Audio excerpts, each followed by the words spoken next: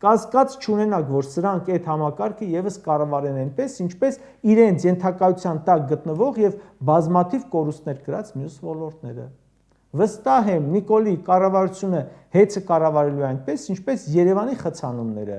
ինչպես կառավարում է արտահանումը, ինչպես կառավարում է Արցախի բանակցությունները, կառավարում էր։ Սրա արդյունքում կունենանք կտրուկ թանկացված հոսանք։ Լավագույն դեպքում, իսկ կանխատեսման համաձայն, համ կունենանք թանկ հոսանք, համ էլ գրաֆիկով։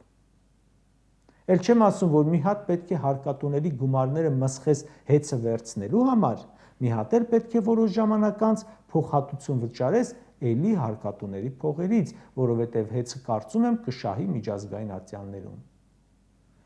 Այս ամենից բացի մեկ ռեալ վտանգ էլ կա։ Ասենք խլեցիք, ինչ եք անելու։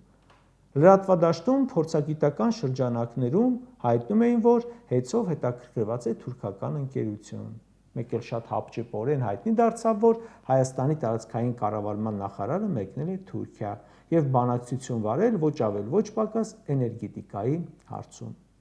Այսինքն մեծ է հավանականությունը, որ ռազմավարական նշանակության այս հիմնարկը անցնի թուրքերին։ Ինքնիշխանությունից են խոսում սաղ օրը։